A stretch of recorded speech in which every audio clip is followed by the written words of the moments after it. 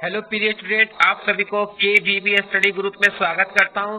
हम आपको honours paper political science core 14 आज पढ़ा रहे हैं, ठीक है। और बहुत ज्यादा इम्पोर्टेंट है, जो एक्सटर्नल एग्जाम में जिस क्वेश्चन की आने की संभावना बहुत ही ज्यादा है, वह क्वेश्चन हम आपको बता रहे थे और एकदम सटीक क्वेश्चन बता रहे, जो बहुत ही ज्यादा महत्वपूर्ण है प्यारे दोस्तों, ठीक है। और जो ये लेसन है दलीय प्रणाली, सबसे पहले आपको दलीय प्रणाली क्या था उसके बारे में जानना होगा। दलीय प्रणाली मुझे कहते हैं जिसमें कई दलों का अस्तित्व रहता है, ठीक है, उसे हम दलीय प्रणाली कहते हैं। तो यहाँ बोला गया है, यहाँ पे जो चैप्टर है वो दलीय प्रणाली का वर्णन करना है, लेकिन किसका, तो ब्रिटेन, संयुक्त राज्य अमेरिका, फ्रांस, स्विट्जरलैंड और चीन का एक तुलनात्मक अध्ययन करना। सबका दलीय प्रणाली का आपको पूरा विस्तार से वर्णन करना है। यहाँ पे जो इम्पोर्टेंट है, यहाँ पे हम सबका वर्णन नहीं करेंगे, ठीक है। अगर आपको इच्छा होगा कि सबका वर्णन कीजिए सर, तो हम फिर से सबका वर्णन कर देंगे, लेकिन हम जो अभी बताएंगे वो बताएंगे आपका ब्रिटेन और संयुक्त राज्य अमेरिका का। हमको इम्पोर्टेंट लग रहा है ब्रिटेन और संयुक्त राज्य अमेरिका है दलीय प्रणाली, उसी का इम्पोर्टेंट लग रहा है और हमको इम्पोर्टेंट नहीं लग रहा है। इसमें देखिए क्वेश्चन जो बनता है दो तरह का क्वेश्चन पूछ सकता है। जो पहला क्वेश्चन बन रहा है, ब्रिटेन, अमेरिका, फ्रांस एवं स्विट्जरलैंड में राजनीतिक दलों की भूमिका का वर्णन करे। तो यहाँ पे क्या राजनीतिक दल की भूमिका का वर्णन है, किस तरह वहाँ पे राजनीतिक दल में ये दलीय प्रणाली सक्रिय भूमिका निभाती है, उसका वर्णन कर। अथवा एक तरह से और क्वेश्चन पूछ सकता है,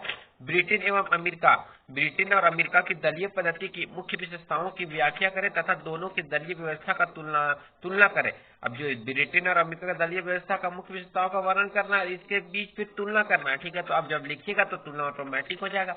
चलिए काफी सरल शब्दों में बता दें ताकि आप लोग को ना किसी प्रकार का दिक्कत का सामना नहीं करना पड़े। सबसे पहले हम दोनों क्वेश्चन को लेकर चल रहे, दोनों का आंसर एकदम मिला के चल रहे हैं। तो आपको राजनीतिक दल मिलेगा, उसके बाद आपको दलीय पद्धति की मुख्य विशेषताएं भी लिखे गए हैं, ठीक है। सबसे पहले ब्रिटेन राजनीतिक दल। ब्रिटेन आधुनिक युग में, अगर हम बात करें आधुनिक युग में जिन देशों में संसदीय सरकार है, आधुनिक युग में यानी अभी जिस देश में संसदीय सरकार है वहाँ राजनीतिक कार्य अनिवार्य हो गए और वहाँ पे राजनीतिक कार्य अनिवार्य हो गए, सब काम अच्छे से किए जाते हैं, ठीक है। और राजनीतिक दलों की अनुपस्थिति में, और राजनीतिक दल होता है उनके अनुपस्थिति में, जब राजनीतिक दल नहीं होते तो संस्थानात्मक अथवा प्रतिनिधि की कल्पना असंभव ही दिखाई देती है। जहाँ पे राजनीतिक दल नहीं होते हैं वहाँ पे संस्थानात्मक अथवा प्रतिनिधि की कल्पना असंभव ही दिखाई देती है, वहाँ पे संभव नहीं होता है, वहाँ पे कोई काम अच्छा से नहीं हो सकता है। ब्रिटेन की महान जनतांत्रिक परंपराओं और शासन व्यवस्था की सफलता का श्रेय ब्रिटिश चरित्र और ब्रिटिश राजनीतिक दलों को दिया जाता है। अगर ब्रिटेन के महान जनतांत्रिक परंपराओं की शासन व्यवस्था की सफलता का श्रेय दिया जाता है तो ब्रिटिश चरित्र और ब्रिटिश राजनीतिक दलों को दिया जाता है। प्रसिद्ध राजनीतिक विचारक मुनरो ने कहा कि इंग्लैंड राजनीतिक दलों का घर है। क्या इंग्लैंड राजनीतिक दलों का घर है? याद रखिएगा मुनरो ने क्या कहा था कि जो इंग्लैंड है वो राजनीतिक दलों का घर है। वहाँ जितना भी दल है, ठीक है,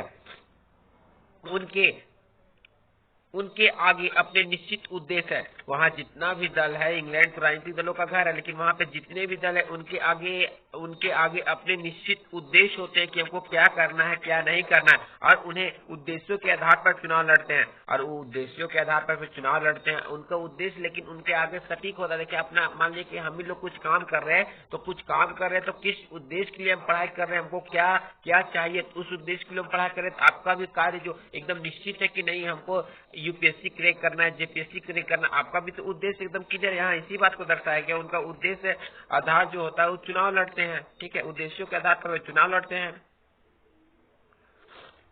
यदि हम ब्रिटेन के संविधान का सर्वेक्षण करें तो यह स्पष्ट हो जाएगा कि उसका विकास है वो दलों के साथ ही प्रारंभ हुआ। अगर हम ब्रिटेन का संविधान का सर्वेक्षण करें जांचे, तो यह हमको स्पष्ट हो जाएगा कि जो विकास दलों के साथ ही प्रारंभ हुआ, ठीक है, जो विकास हुआ दलों के साथ ही प्रारंभ हुआ।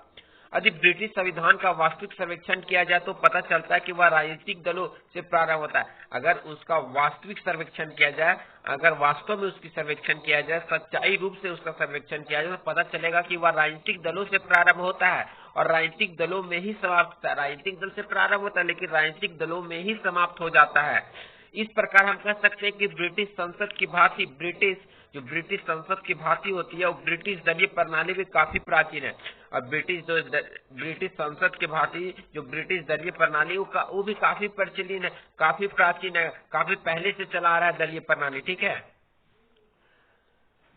आज ब्रिटेन के राजनीतिक दल देश के विकास में लगे। आज ब्रिटेन के राजनीतिक दल की बात करें तो देश के विकास में लगे कि देश की विकास कैसे होगा, हमारा देश कहां तक ऊंचा स्थान छू सकता है, जितना चाहते हैं उतना दूर तक अपने आप को ले जाना चाहते हैं। कैसे समाज को चाहते हैं कि हम समाज को अब समाज में ज्यादा लोगों को यहाँ पे बुलाए, ज्यादा लोग इस समाज में रहे, समाज का विकास हो अच्छे से, ठीक है।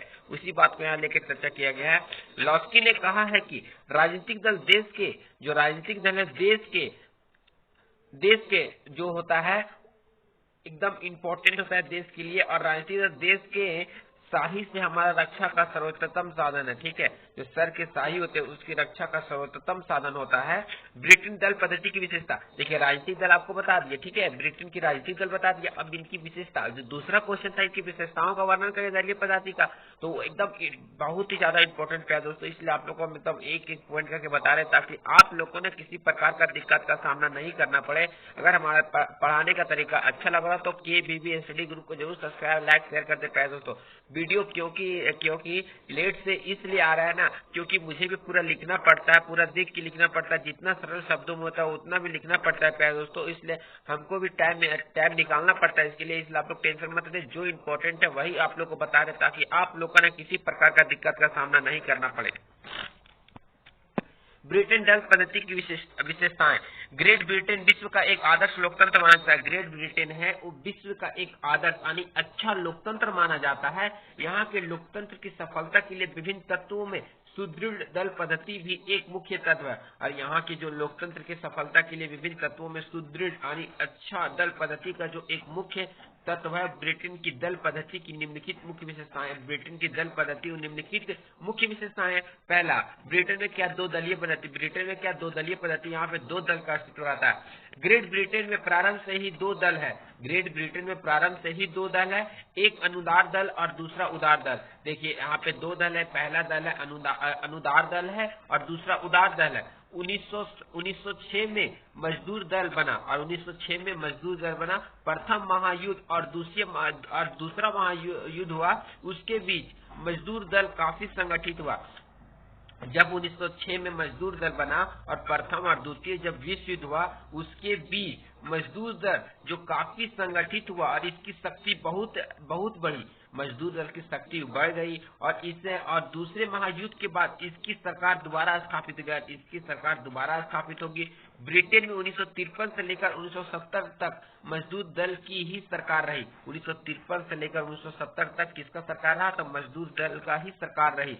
और जो अनुदार दल ही सरकार है और जो अनुदार दल है उसका सरकार है। अब जो था उसके बाद जब वो समाप्त हो गया उसके बाद अनुदार दल की सरकार है। और जो उदार दल है उसका प्रभाव बहुत घट गया। उदार दल का जो प्रभाव था वो बहुत ही घट गया। मजदूर दल और अनुदार दल का ही प्रभाव केवल रह गया।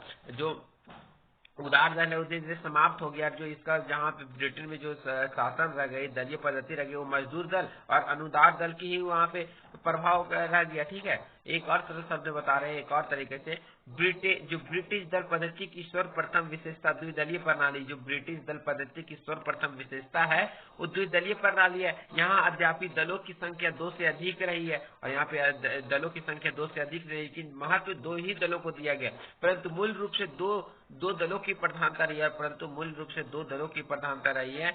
दो प्रमुख दल, पहला अनुदार दल तथा दूसरा मजदूर दल। देखिए अनुदार दल और मजदूर दल, उदार दल वो समाप्त हो गया था। ये प्रारंभ में हिक तथा टोरी के नाम से जाने जाते थे। दूसरा पॉइंट है उच्च कोटि का केंद्रीकरण। ग्रेट ब्रिटेन में दलों की संगठन ने बड़ा केंद्रीकरण किया। जो ग्रेट ब्रिटेन में दलों की संगठन में बड़ा केंद्रीकरण किया, इसका यह अर्थ है कि केंद्रीय नेताओं के आदेशों का उनके आदेशों का निचली शाखाओं को पालन करना पड़ता था। जो बड़ा नेता, मान लिया हमारे भारत में PM मोदी है ना, PM मोदी के आदेशों का पालन करना यहाँ के नेताओं के, यहाँ संसदों का वहाँ बातों को माना जाता है, ठीक है। अपने मनमानी से काम नहीं कर सकते, जो ऊपर से आदेश आएगा उसी के अनुसार काम करते, उनका एक शाखा है, ठीक है। प्रत्येक दल में केंद्रीय नेता अपने संसद सदस्यों के प्रदेशी तथा स्थानीय नेताओं पर कड़ा अनुशासन रखते हैं। प्रत्येक देश के जो मेन हेड होते हैं वो अपने संसद हो विधायक हो सब पर अपना कड़ी निगरानी रखते हैं और कड़ी निगरानी के साथ साथ वे कड़ा अनुशासन में भी रखते हैं। इसलिए ग्रेट ब्रिटेन में ग्रेट ब्रिटेन में दल बदल या अनुशासन को भंग करने का कोई प्रश्न नहीं उठता। और ग्रेट ब्रिटेन की बात करें तो यहाँ पे दल बदल, जो यहाँ पे भारत में होता है ना, दल बदल की ये दल में नहीं तो वो दल में चला गया, वहाँ पे वैसा प्रचलन नहीं है। यहाँ पे अनुशासन ही काफी कड़ा है, इसलिए दल बदल नहीं कर सकता है और अनुशासन को भंग करने की कोई प्रश्न उत्पन्न नहीं होता। ठीक है। दलीय अनुशासन। विश्व के अन्य देशों की अपेक्षा ब्रिटिश दल पद्धति में अनुशासन की कठोरता पाई जाती है। विश्व के अन्य देशों की अपेक्षा जो ब्रिटिश दल पद्धति में अनुशासन की कठोरता पाई जाती है। ठीक है। विश्व की बात करें तो अन्य देशों की अपेक्षा ब्रिटेन दल पद्धति में अनुशासन की जो कठोरता काफी अधिक पाई जाती है, काफी अधिक है।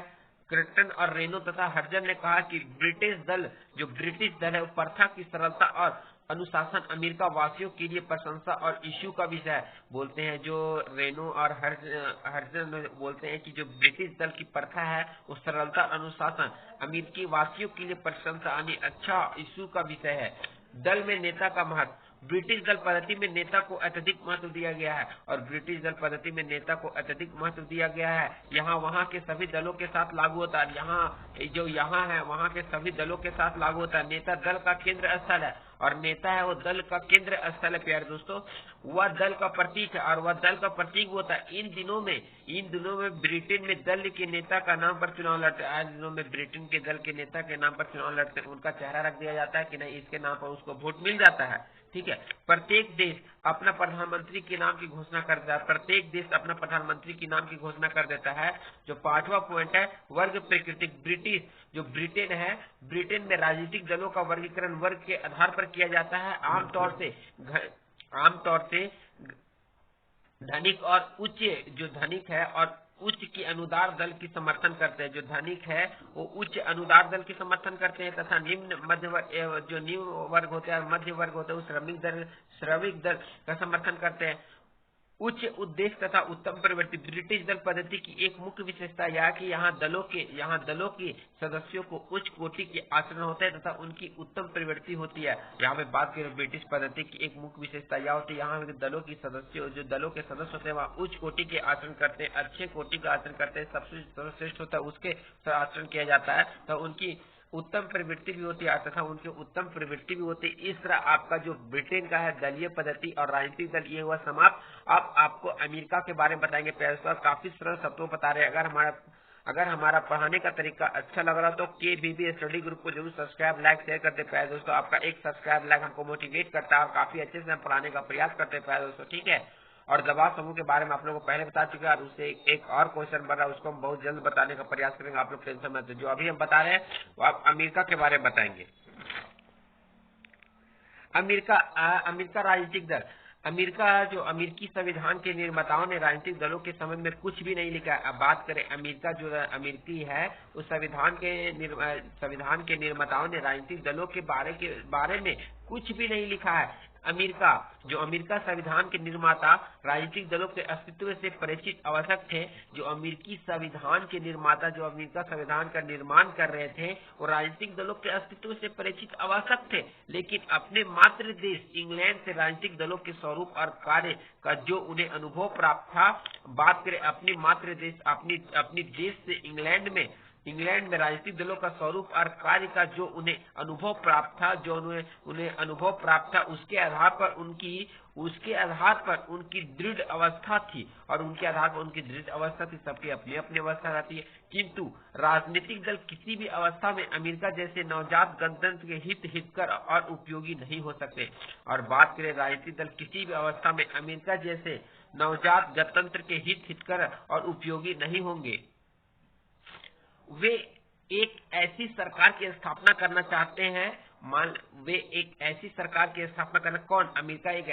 की स्थापना करना चाहते हैं जो दलों की हिंसा से मुक्त हो, और जो दलों की हिंसा से मुक्त हो, लड़ाई झगड़ा से मुक्त हो, वैसा दल की स्थापना करना चाहते हैं। फिर भी आज अमेरिका में राजनीतिक दलों का महत्व बढ़ता जा रहा है। और फिर भी बात करें तो अमेरिका में राजनीतिक दलों का महत्व बढ़ता जा रहा है, जो अमेरिकी संविधान निर्माताओं की इच्छा एवं आकांक्षाएं के सर्वथा विरोध है। और बात करें जो अभी चल रहा है प्रचलन, लेकिन वो बोलते हैं कि जो अमेरिका संविधान निर्माताओं की इच्छा एवं आकांक्षा, जो उनकी इच्छा थी आकांक्षा थी, उसके सर्वथा विरुद्ध है।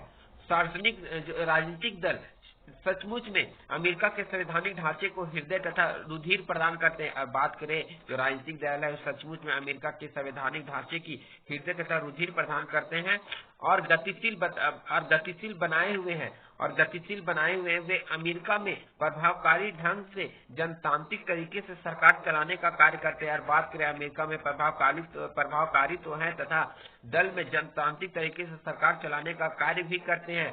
दल आज अमेरिका के राजनीतिक जीवन का महत्वपूर्ण अंग बन गया। बात करें जो अमेरिका के राजनीतिक दल है वो जीवन का महत्वपूर्ण अंग बन गया है और राजनीतिक दलों ने अमेरिका के संविधान में परिवर्तन सा कर दिया। और बात करें राजनीतिक दल ने अमेरिका के संविधान में परिवर्तन ला दिया अमेरिका के संविधान में। यह राजनीतिक दलों की ही देन है। और ये किसका देन है? तो यह राजनीतिक दलों की ही देन है। और आज राष्ट्रपति का चुनाव जो पहले अप्रत्यक्ष था, अब राष्ट्रपति का चुनाव जो अमेरिका में पहले होता था वो अप्रत्यक्ष तरीके से होता था, लेकिन अब प्रत्यक्ष रूप से होने लगा। अब प्रत्यक्ष रूप से होने लगा। दलों के चलते राज्य की सरकार तथा केंद्र सरकारों के बीच संबंध स्थापित किया जा सकता है और दलों के चलते राज्य सरकार और केंद्र सरकार के बीच संबंध स्थापित किया जा सकता है। अमेरिका में बात करें प्यारे दोस्तों, जो अमेरिका में रिपब्लिक और डेमोक्रेसी दो दल का लगभग समान रूप से शक्तिशाली चीज है। बात करें अमेरिका में जो रिपब्लिक और डेमोक्रेसी ये दोनों दल लगभग समान रूप से शक्तिशाली सिद्ध हुए हैं। जनमत कभी एक पक्ष तो कभी दूसरे पक्ष में बदलता रहता है। जनमत की बात करें जो जनता की मत होती है उनकी कभी एक पक्ष में कभी डेमोक्रेसी को जिताते हैं कभी रिपब्लिक को जिताते हैं, ठीक है, उनका मत बदलते रहता है। अमेरिका दल पद्धति की विशेषताएं देखिए प्यारे दोस्तों, वीडियो लंबा हो रहा है, आप लोग टेंशन मत रहे, इसलिए बता रहे आप लोगों को 2 कंप्लीट करें प्यारे दोस्तों, इसलिए वीडियो लंबा हो रहा है, आप लोग टेंशन मत लीजिए। अगर हमारे पढ़ाने का तरीका अच्छा लग रहा है तो KBB स्टडी ग्रुप को जरूर सब्सक्राइब लाइक शेयर कर दे प्यारे दोस्तों। चलिए अमेरिका दल की विशेषताएं बताते हैं। अमेरिका दल पद्धति की निम्नलिखित मुख्य विशेषताएं: 2 दलीय पद्धति, यहाँ पे दो दलीय, वहां पे भी 2 दलीय पद्धति था, यहाँ पे 2 दलीय पद्धति है। ब्रिटेन की तरह अमेरिका में भी 2 दलीय पद्धति है। अमेरिका में जो मुख्य पार्टी है डेमोक्रेटिक और रिपब्लिक पार्टियां, अमेरिका में जो 2 पार्टियां हैं डेमोक्रेटिक और रिपब्लिक पार्टियां, वहां पे भी 2 दलीय व्यवस्था था, यहाँ पे 2 दलीय। आप याद है ब्रिटेन में 2 दलीय व्यवस्था और अमेरिका में 2 दलीय व्यवस्था।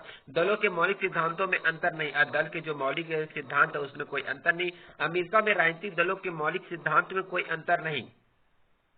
अमेरिका की राजनीतिक दल है उसके मौलिक सिद्धांत में कोई अंतर नहीं है। रिपब्लिक और डेमोक्रेटिक पार्टी की नीतियां तथा सिद्धांत में कोई अंतर नहीं। और बात करें अमेरिका के जो रिपब्लिक पार्टी है डेमोक्रेटिक पार्टी है उसके नीति में सिद्धांत में कोई अंतर नहीं है। दोनों पार्टियों के बीच कार्य पद्धति में अंतर है और दोनों पार्टी है रिपब्लिक और डेमोक्रेटिक उसमें कार्य पद्धति में अंतर है, कार्य करने के तरीके में अंतर पाया जाता है।